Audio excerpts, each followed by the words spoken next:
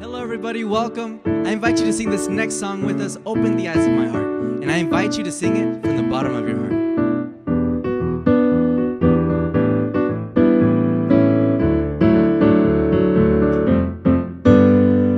Open the eyes of my heart, Lord. Open the eyes of my heart. I want to see you. I want to see you. Open the eyes of my heart, Lord. Open the eyes of my heart. I want to see you. I want to see you. To see you high and lifted up, shining in the light of your glory. Pour out your power and love as we sing holy, holy, holy. Open the eyes of my heart, Lord. Open the eyes of my heart. I want to see you. I want to see you. To see you high and lifted up, shining in the light of your glory. Pour out your power and love as we sing holy, holy, holy. Holy, holy, holy. Holy, holy, holy. Father, holy, holy, holy. I want to see you. We cry, holy, holy, holy. You are holy, holy, holy. Father, holy, holy, holy. I want to see you. Muy buenas tardes, queridos hermanos. Es un real gozo, un privilegio estar con ustedes nuevamente. Saludos a toda la conferencia de Michigan y les saludo desde el templo de la Universidad Adventista de Centroamérica, Alajuela, Costa Rica. Es un gozo estar con ustedes. Hemos estudiado esta mañana la palabra de Dios y hoy vamos a seguir haciéndolo. Por lo tanto, queremos pedir la dirección del Señor. Oremos. Señor que estás en los cielos, gracias por tu palabra y ahora te suplicamos que tu Santo Espíritu venga a nosotros y nos dé, Señor, iluminación para entenderla. En el nombre de Jesús, amén. El tema que vamos a tratar en esta tarde es un tema que ha sido estudiado en la Iglesia Adventista. Personalmente lo he estudiado hace muchos años y quisiera mostrarles en estas diapositivas algunas de las cosas que he estudiado. Por ejemplo, en la revista Ministerio del año 2010 hay un artículo que se llama Especial o General. Allí escribí esto en cuanto al tema de esta mañana, pero también presenté el paper para entrar al doctorado en Antiguo Testamento en Andrews University y lo presenté como un paper para el inicio del doctorado. También hay un artículo en el año 2015 en la revista Teobíblica desde otra perspectiva. Es la liberación y la resurrección de Daniel 12, 1 y 2, el mismo evento. Bueno, ahí está este paper y próximamente la Asociación General va a publicar un libro donde se habla de escatología y entonces en ese libro ahí presento 3 momentos en Daniel 11:40 al 12:3 y lo que se habla es la relación cronológica en esos momentos como indicadores de temporalidad en la escatología. Pero no solamente este servidor ha escrito acerca de esto, hay muchos autores que han escrito acerca de este tema. Entre ellos también está el Comentario Bíblico Adventista, ahí tenemos cita de que se trata este tema. El doctor Stelle también ha escrito en relación con esto, el doctor Gerhard Hassel escribió, el doctor Gerhard Fandel, y bueno, tenemos muchos hombres en la iglesia que han escrito acerca de este tema. La pregunta es, Daniel 12, versículo 2. Vamos a estudiar en forma específica esto, pero antes les invito a abrir sus Biblias en Daniel 12:1. De paso, el Andrews Bible Commentary del Antiguo Testamento que se publicó el año pasado en el mes de noviembre, allí entonces también está algo acerca de esto y es el doctor Mervyn Alomía el que se refiere a esto en el Andrews Bible Commentary. Bueno, pero leamos Daniel 12:1. En aquel tiempo se levantará Miguel, el gran príncipe que está de parte de los hijos de tu pueblo, y será tiempo de angustia, cual nunca fue desde que hubo gente hasta entonces, pero en aquel tiempo será liberado tu pueblo, todos los que se hallen escritos en el libro. Muy bien, a eso nos estamos refiriendo. Y mira lo que dice la sierva del Señor. Ella dice, vi que Miguel no se había levantado aún, y que el tiempo de angustia, cual nunca hubo, no había comenzado. Las naciones se están airando ahora, pero cuando nuestro sumo sacerdote termine su obra en el santuario, se levantará, se pondrá sus vestiduras de venganza y entonces se derramarán las 7 postreras plagas. Así que la sierva del Señor desde su perspectiva temporal estaba mirando esto en el futuro. Miguel se levantaría en el futuro. Miguel se levantaría de hacer su sacerdocio, de hacer su intercesión y entonces se quitaría las vestiduras sacerdotales y se pondría las ropas de Miguel. Miguel, el que es como Dios, como lo dice el hebreo. Ahora, es interesante que en Daniel 12:1 nosotros, queridos hermanos, tenemos 4 veces la palabra tiempo. Y la expresión hebrea es et haji, et haji, et haji. Ok, pero tenemos et, la palabra et es la palabra tiempo, 4 veces. 3 veces se dice aquel tiempo, aquel tiempo, aquel tiempo, y una vez se dice tiempo de angustia. Ahora, ¿qué significa esto? Es el versículo bíblico que más veces tiene indicaciones de temporalidad. ¿Por qué Daniel 12:1 tiene 4 veces la palabra tiempo en el original hebreo? Interesante. Algo quería decir el Espíritu Santo al inspirarle a Daniel esto. Tiempo, tiempo, tiempo, tiempo. Cuando nosotros estudiamos esto y miramos un poco más amplio el contexto de Daniel 12:1 y entonces nos vamos hasta Daniel 11:40, ahí está la palabra o la frase tiempo del fin. Y si vamos después en Daniel 12:4, también tenemos tiempo del fin, como que si fuera un sándwich. Esta figura literaria se le llama inclusio, cuando está la misma frase al inicio y al final y en medio tenemos un concepto. Por lo tanto, tenemos el inclusio. El doctor Gerhard Fandel, al estudiar la frase et ketz, el tiempo del fin, que está en Daniel 11:40 y Daniel 12:4, dice que por asuntos contextuales, la expresión tiempo del fin en el libro de Daniel parece ser un término técnico que se refiere al escatón, al propio final. Ahora bien, cuando nosotros miramos esto desde las perspectivas de las líneas proféticas de Daniel, 5 veces, como miramos la semana pasada, como miramos esta mañana, 5 veces se encuentra la palabra o la frase et ketz. En la 4ª línea profética, en la última línea profética, está 4 veces. En otras palabras, mientras se va acercando el fin del tiempo del libro de Daniel, o sea, mientras el libro de Daniel llega a su clímax, el fin del tiempo se vuelve muy importante. Ahora, ¿cuál es la temporalidad de Daniel 12 del 1 al 3? ¿Cómo nosotros entendemos eso? Bueno, cuando nosotros hacemos un análisis de las palabras y de las frases, y esto es un poquito técnico, pero déjenme presentárselos. En Daniel 12:1 nos damos cuenta que allí está la frase temporal que llega a enmarcar todos los 3 versículos y los eventos de los 3 versículos. Aquí nosotros tenemos el texto en Daniel. La primera frase dice, en aquel tiempo se levantará Miguel, la primera línea. La segunda línea dice, y será tiempo de angustia. La tercera línea dice, y en aquel tiempo será liberado tu pueblo. Y después venimos al versículo 2, la 4ª línea, y muchos de los que duermen en la tierra del polvo despertarán. Y la última línea es la primera de Daniel 12:3, que dice, y los sabios resplandecerán como el resplandor del firmamento.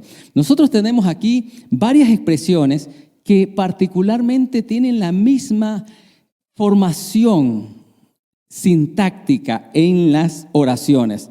Y mírenlo de esta manera ahora. Dice, en aquel tiempo se levantará. Después dice más adelante, en aquel tiempo será liberado tu pueblo. Y muchos de los durmientes se levantarán y los entendidos resplandecerán. Estas 4 oraciones están en el mismo marco temporal porque forman podríamos decir, un patrón en el hebreo bíblico sintáctico. Están en una línea idéntica y tenemos primero una conjunción y, después tenemos un verbo en futuro y después tenemos algo más. Pero miren, antes del verbo en futuro tenemos un elemento X. Lo vamos a poner de esta otra manera. Primero y, después dice el elemento X en aquel tiempo y después el verbo en futuro, se levantará. Y después dice, y será tiempo de angustia, y en aquel tiempo será liberado tu pueblo.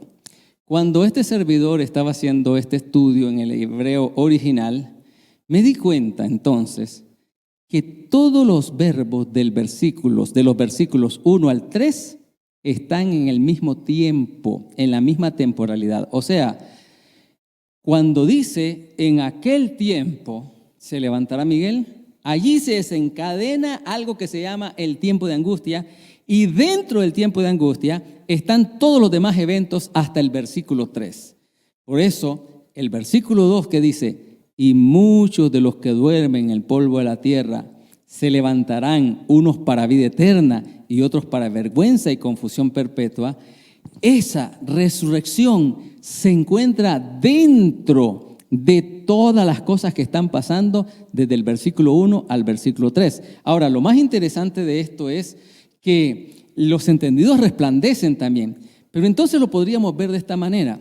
Nosotros tenemos aquí en aquel tiempo, y entonces ahí está el tiempo de angustia, y en el tiempo de angustia suceden 4 cosas. Número 1, se levanta Miguel, que desata el tiempo de angustia. Número 2, la liberación del pueblo. Número 3, despiertan algunos que están durmiendo en el polvo de la tierra. Y número 4, resplandecen algunos. Visto de otra forma, lo pondríamos así.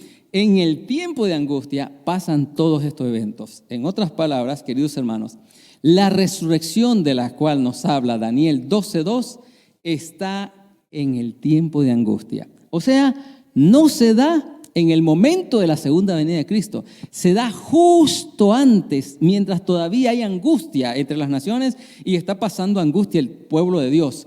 Así que en ese tiempo es que se levantan.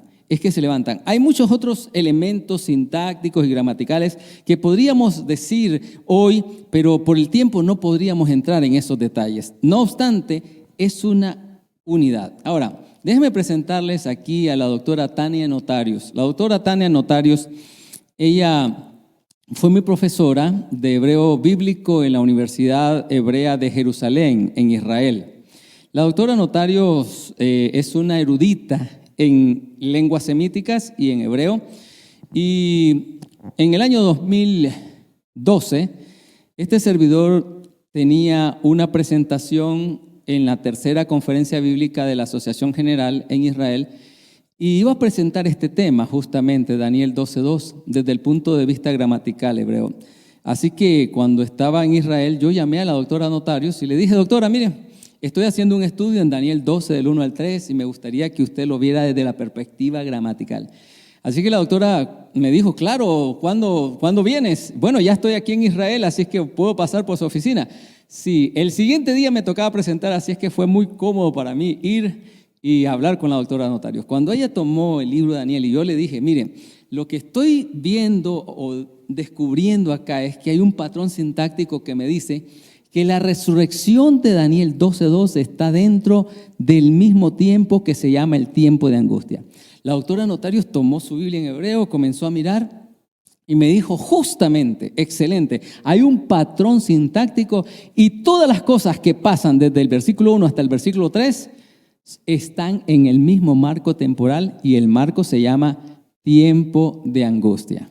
Queridos hermanos, presenté esa vez, gracias al Señor, fue bien recibido el estudio y entonces ahora en la cuarta conferencia bíblica hice otra presentación que va a ser publicada próximamente por la Asociación General, donde presento 3 momentos desde Daniel 11:40 hasta Daniel 12:13. Y esos 3 momentos, los vimos en la mañana, son el tiempo del fin, en aquel tiempo y el fin de los días. ¿Recuerdan ustedes?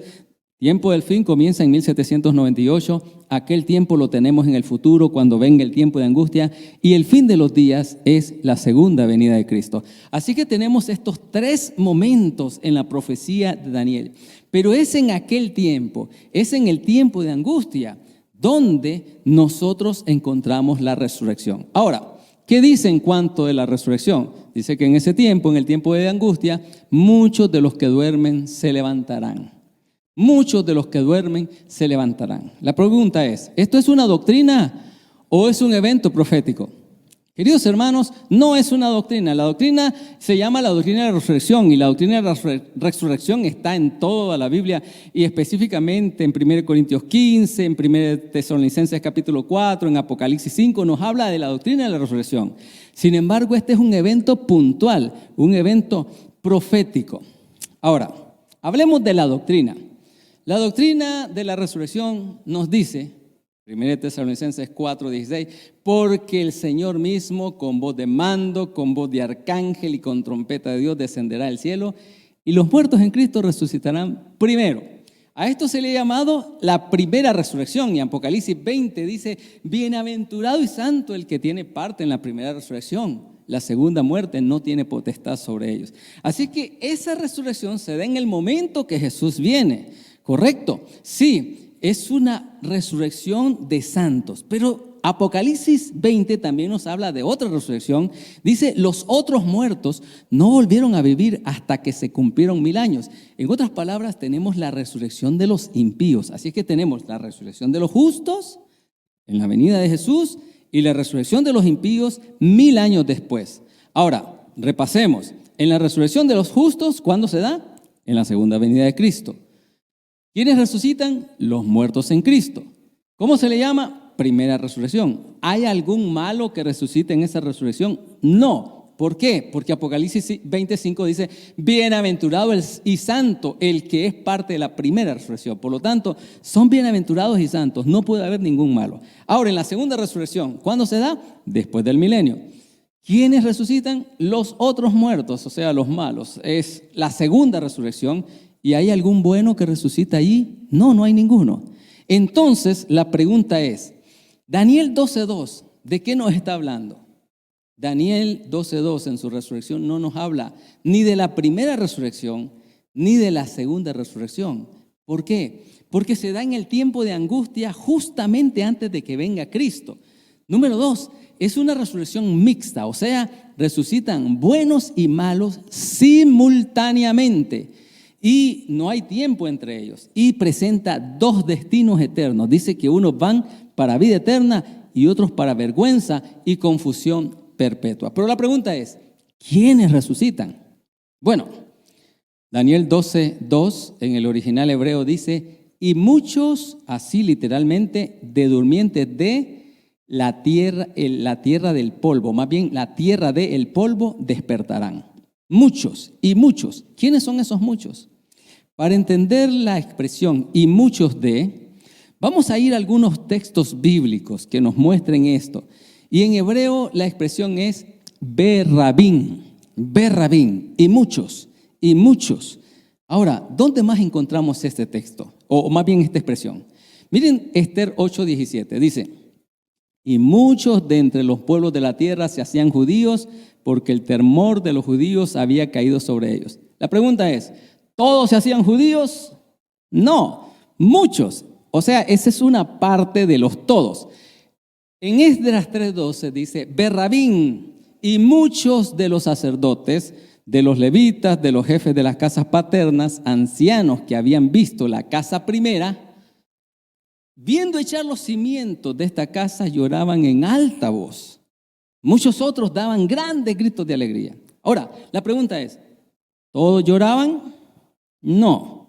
Aquí la Biblia dice, y muchos lloraban, otros daban gritos de alegría. Así que la expresión berrabín en el hebreo, y muchos de no significa la totalidad. Así es que no van a resucitar. En Daniel, donde dice, y muchos de los que duermen en el polvo de la tierra resucitarán, no son todos, es una parte. Lo podríamos ver de esta manera. Muchos, que es una parte, los que están durmiendo en la tierra del polvo son todos los muertos, están durmiendo y van a despertar de esos muchos, o sea, un grupo.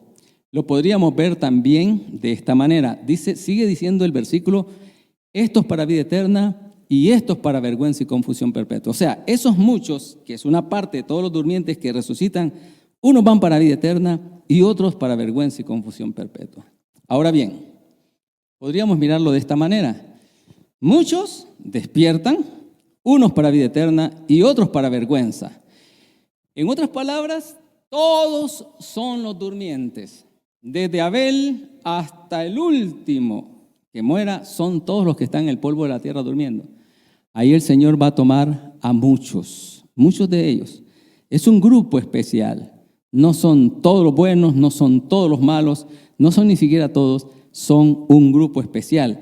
Vamos a partirlo, el pastel son todos y se parte un pedazo del pastel y de ese pedazo de pastel que resucitan se dividen en dos, unos para vida eterna y otros para vergüenza y confusión perpetua. ¿Quiénes son los que resucitan? ¿Quiénes tienen que resucitar antes de que Jesús venga en el periodo del tiempo de angustia?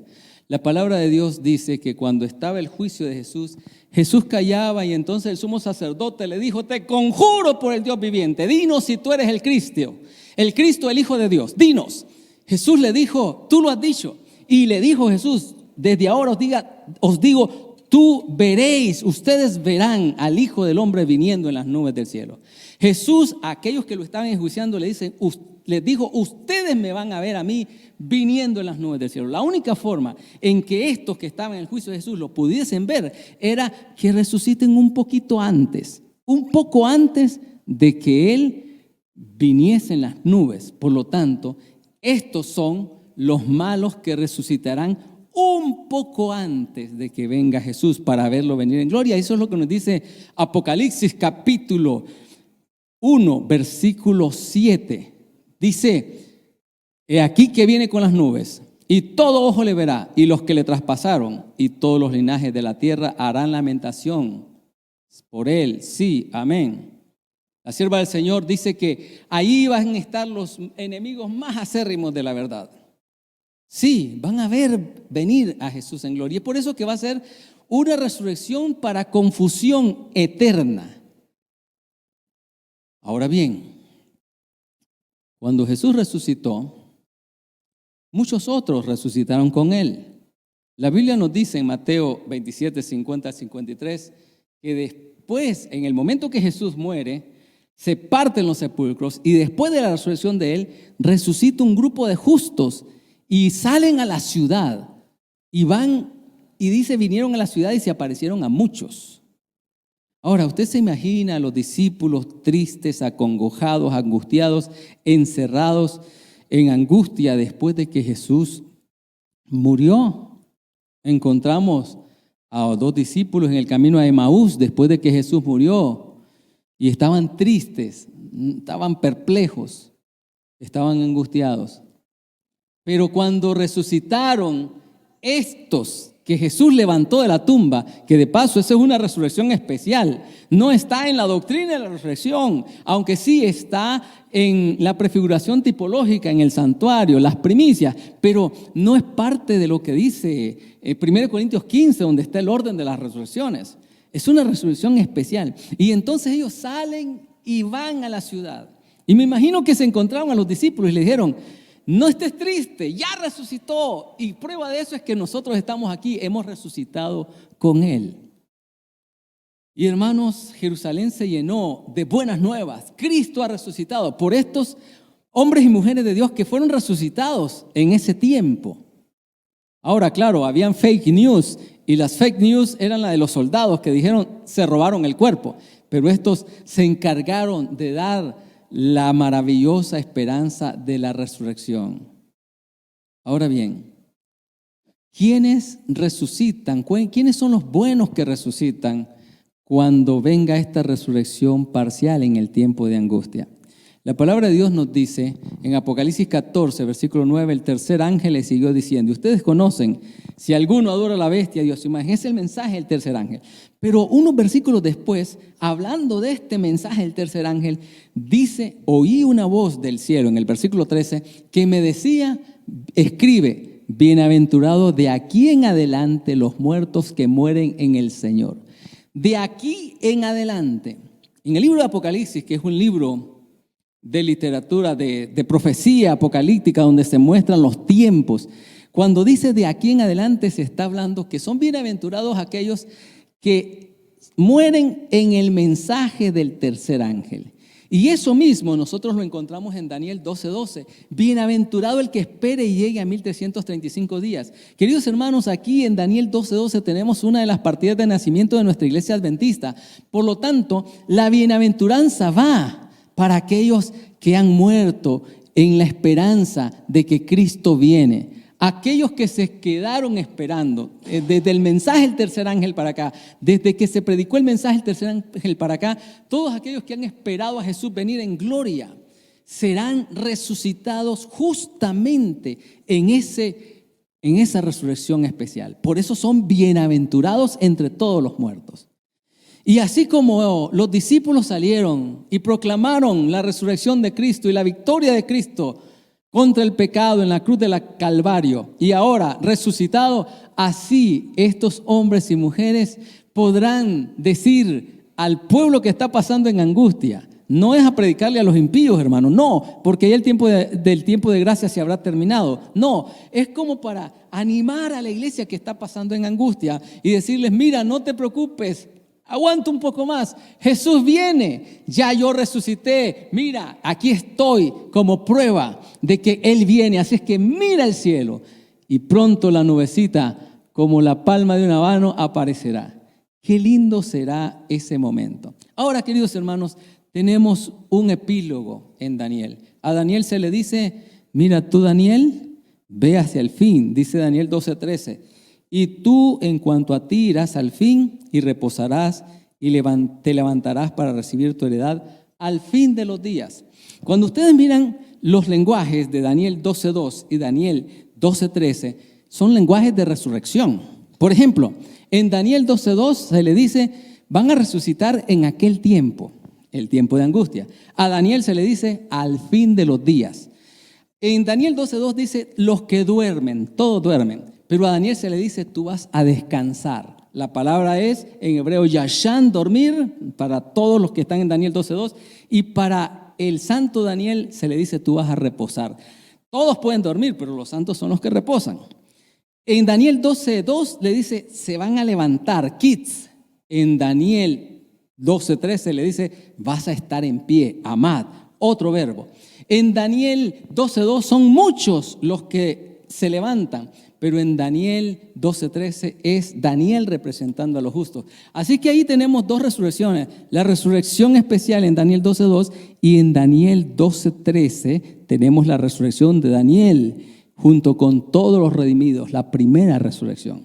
Queridos hermanos, ahí tenemos pues los diferentes verbos: despertar, dormir y despertar, descansar y levantarse. Uno se va a dar en aquel tiempo, otro al final de los días. El doctor Arthur Stanley justamente hace un mes escribió, o más bien le publicaron en la revista Ministry en inglés, un artículo sobre esto, la palabra Yamin, la última palabra del libro de Daniel, Hayamin.